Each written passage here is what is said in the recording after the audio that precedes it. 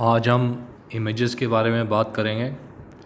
जैसा कि आपको पता है कि इमेज जो होती है वो रिफ्लेक्टेड या एमिटेड एनर्जी को कैप्चर करके बनती है। तो इमेजेस जो हैं वो हमारी दो प्रकार की हैं, एनालॉग और डिजिटल इमेजेस। एनालॉग इमेज जो हैं वो फोटोग्राफिक सेंसर जो हैं वो पेपर बेस्ड मीडिया पर या ट्रांसपेरेंट मीडिया पर जनरेट करते हैं।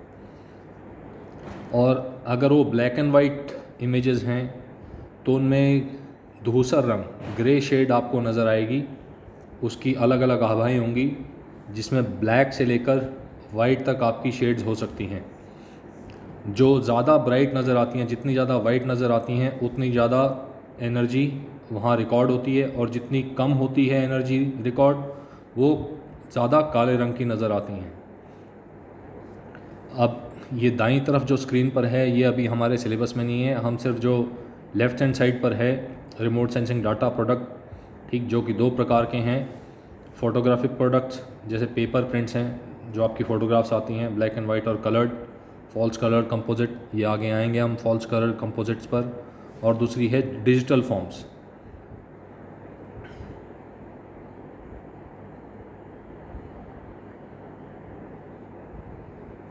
अब डिजिटल इमेज क्या होती है? डिजिटल इमेज जो है वो इलेक्ट्रो ऑप्टिकल सेंसर्स द्वारा प्रोड्यूस्ड होती है। किसी भी डिजिटल इमेज में आपको पिक्सल्स मिलेंगे। जो पिक्सल हैं वो हर पिक्सल का साइज़ स्क्वायर साइज़ का होता है। किसी भी डिजिटल इमेज पर रोज़ मिलेंगे और कॉलम्स मिलेंगे। जहाँ पर भी ये रोज़ और कॉलम इंटरसेक्ट करते हैं, एक दूसरे का प्रतिच्छेदन करते हैं, वहाँ पर एक पिक्सल होता है और एक पिक्सल स्क्वायर साइज़ का होता है। और हर एक पिक्सल के साथ एक डिजिटल नंबर या डिजिटल वैल्यू एसोसिएटेड होती है। अगर वो ग्रे स्केल में है, ग्रे स्केल मानी कि ब्लैक एंड वाइट फ़ोटोग्राफ है, तो जो ब्लैक पिक्सल होगा उसकी वैल्यू आपको कम मिलेगी और जो वाइट पिक्सल होगा उसकी ज़्यादा मिलेगी। तो हर पिक्सल पर एक वैल्यू मिलेगी जो उसका डिजिटल नंबर है। और जैसे पहले भी बताया कि कोई ऑब्जेक्ट, जितनी ज़्यादा एनर्जी किसी ऑब्जेक्ट से रिकॉर्ड होती है उस पर डिजिटल वैल्यू उसकी ज़्यादा मिलती है। अभी जैसे आगे जाएंगे ये और स्पष्ट होता चला जाएगा।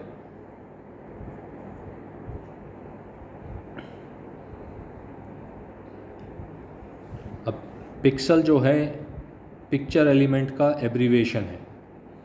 पी से पिक्चर और पिक से पिक्चर और एलिमेंट से जो EL है एलिमेंट। तो जैसा पहले बताया गया है वो डिजिटल इमेज का एक यूनिट होता है।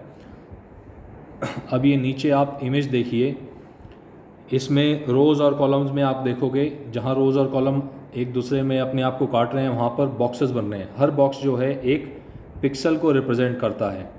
अब आप देखिए जो सबसे टॉप लेफ़्ट हैंड कॉर्नर का पिक्सल है उसकी वैल्यू साथ में 170 दर्शाई गई है। उससे आगे थोड़ा उससे ब्राइट है, सेकंड नंबर पर उसकी 238 है। और ऊपर से तीसरी रो में देखिए, तीसरी रो दूसरा कॉलम आपको वैल्यू 0 मिलेगी। तो अगर आप इमेज में देखते हैं तो काले रंग की नज़र आती है और यहाँ वैल्यू उसकी 0। तो इसका मतलब है यहाँ से वैल्यू रिफ्लेक्टेड 0 है, यहाँ कोई एनर्जी रिकॉर्ड नहीं हुई है। मैंने जैसे आपको पहले बताया था डिजिटल नंबर की वैल्यूज़ होंगी। यहाँ पर जो वैल्यूज़ हैं 0 से 255 के बीच में हैं। तो हर पिक्सल की वैल्यू उस चीज़ पर डिपेंड करेगी तो कि वो इमेज किस बिट में कैप्चर्ड है। आमतौर पर रिमोट सेंसिंग में जो इमेजेस कैप्चर्ड होती हैं वो 8 बिट इमेजेस होती हैं। कहने का मतलब है 2⁸8। तो कितनी वैल्यूज़ होगी? 256 हुई, 0 से 255। 0 भी एक वैल्यू है उसके अलावा 255 तक हैं, तो टोटल 256। तो ये 8 बिट इमेज की पिक्सल वैल्यू दिखा रहा है। हर पिक्सल की वैल्यू 0 से 255 के बीच में आपको मिलेगी कि उसने कितनी एनर्जी रिकॉर्ड करी है। वहाँ पर जितनी ज़्यादा वैल्यू है पिक्सल की उतनी ज़्यादा वहाँ एनर्जी रिकॉर्ड हुई है। और अगर हम 8 बिट से इसकी इमेज बढ़ा देते हैं बिट्स बढ़ा देते हैं इमेज के, तो अगर 10 बिट है तो 2⁸ की बजाय 2�10 हो जाएगा और ये वैल्यू रिकॉर्डेड ज़्यादा हो जाएगी और आपकी इमेज भी और शार्प हो जाएगी, क्योंकि जितने ज़्यादा पिक्सल्स होंगे उतनी ज़्यादा आपकी इमेज क्लियर होगी।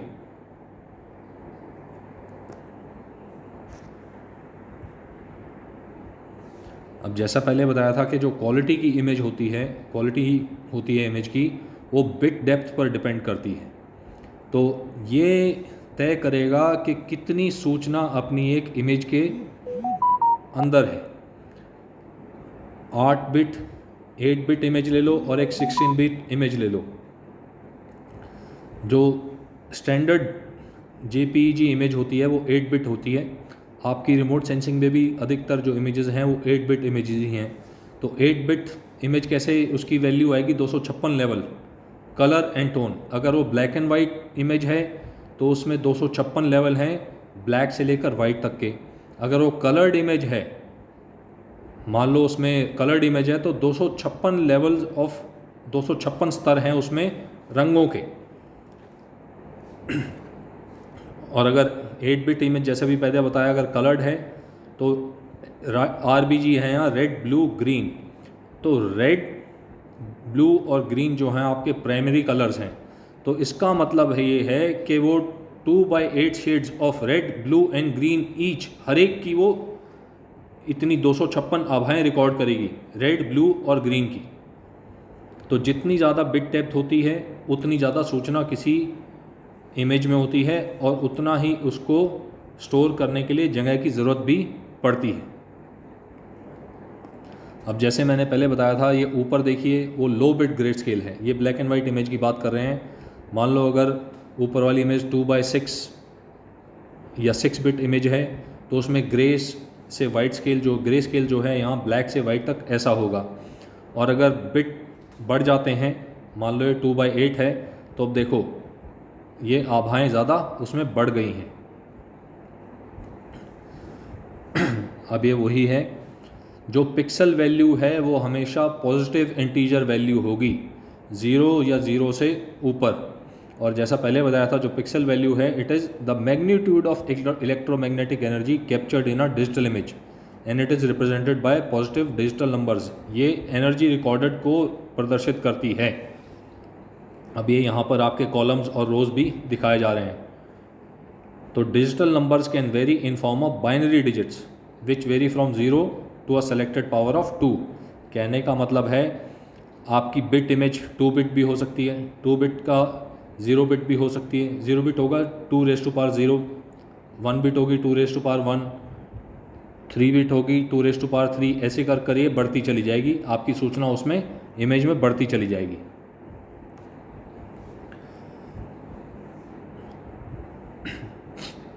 अब ये इसी में देखिए 16 बिट इमेज में अब total number of pixel values 1 bit image में 2 होंगी, तो कलर लेवल 0 से 1, सिर्फ 2 कलर होंगे, उसमें 2 आभाएँ होंगी।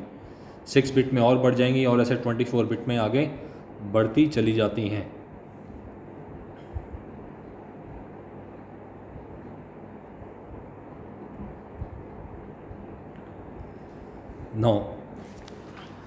अब ये देखिए, ये 3 तरह की इमेजेस आपकी रेफरेंस में आती हैं। सबसे पहली है ग्रे स्केल। ग्रे स्केल का मतलब ये है कि वो ब्लैक एंड वाइट इमेजेस हैं और उनमें जो आभाएँ हैं वो धूसर रंग की होंगी ब्लैक से वाइट तक। इनको हम पेंक्रोमेटिक इमेजेस भी बोलते हैं। फिर आपकी हैं RBG या नेचुरल कलर इमेजेस। जैसा पहले बताया गया है, रेड ब्लू और ग्रीन जो हैं आपके प्राइमरी कलर्स हैं और जैसा नेचुरल कलर है वैसी ही आपकी इमेज नज़र आती है। फिर अगली है आपकी फॉल्स कलर इंफ्रारेड या फॉल्स कलर कंपोजिट भी इनको हम बोलते हैं। इसमें 3 खंडों में दूर संवेदन हो रहा है, रेड, ग्रीन और नियर इंफ्रारेड। जो जैसे आपने विब्ग्योर किया था, रेड के एकदम बाद इंफ्रारेड आता है, तो नियर इंफ्रारेड जो है उसमें इसका दूर संवेदन होता है। जो फिल्म है जब वो इमेज कैप्चर करती है उसके आगे ब्लू कलर का फ़िल्टर लगा हुआ होता है, तो मतलब इसमें से नीला रंग निकाल दिया जाता है, इसलिए इसको हम फॉल्स कलर इंफ्रारेड कहते हैं। जो रंग इसमें दिखाई देते हैं वो हमारे द्वारा ही चयनित होते हैं, और हम अपने हिसाब से इसमें भरते हैं। एक चीज़ यहाँ ध्यान रखने लायक बात है कि फॉल्स कलर इंफ्रारेड में ब्लू कलर को आप फ़िल्टर तो कर देते हो, लेकिन जब आप इमेज बनाते हो उसको प्रदर्शित करने के लिए, उसमें नीला रंग कृत्रिम रूप से भरा जाता है, तो उसमें नीला रंग नज़र आएगा आपको। खासकर जो सेटलमेंट्स हैं, जो बस्तियां हैं, वो नीले रंग की नज़र आएंगी। तो इसका मतलब यही नहीं है कि इमेज ने उस खंड में दूर संवेदन किया है, ये सिर्फ आपने मनुष्य ने ही या साइंटिस्ट ने ही उसमें नीला रंग उसको दिया है। तो इसलिए ये चीज़ ध्यान में रखनी ज़रूरी है। ये आपकी फॉल्स कलर इंफ्रारेड हो जाएगी।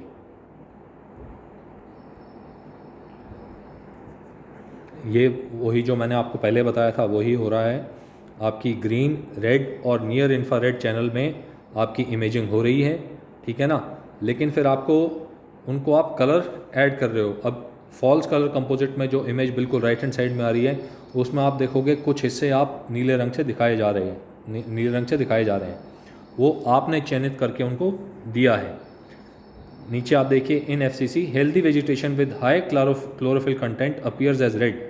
We have to assign colours to get an accurate picture of events, better interpretability and better inferences result. This is a standard technique of forming a coloured image from a satellite data.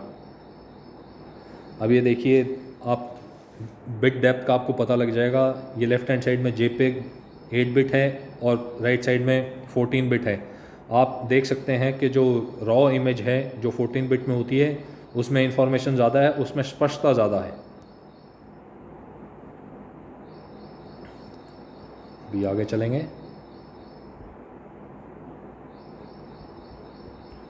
दोबारा ये left hand side में और right hand side में एक ही stadium का दृश्य है। Right side में रॉ है, लेफ़्ट साइड में JPEG है।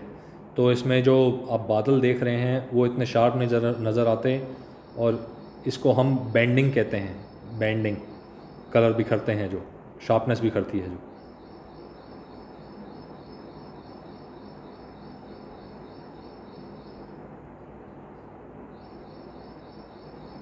दोबारा वही है।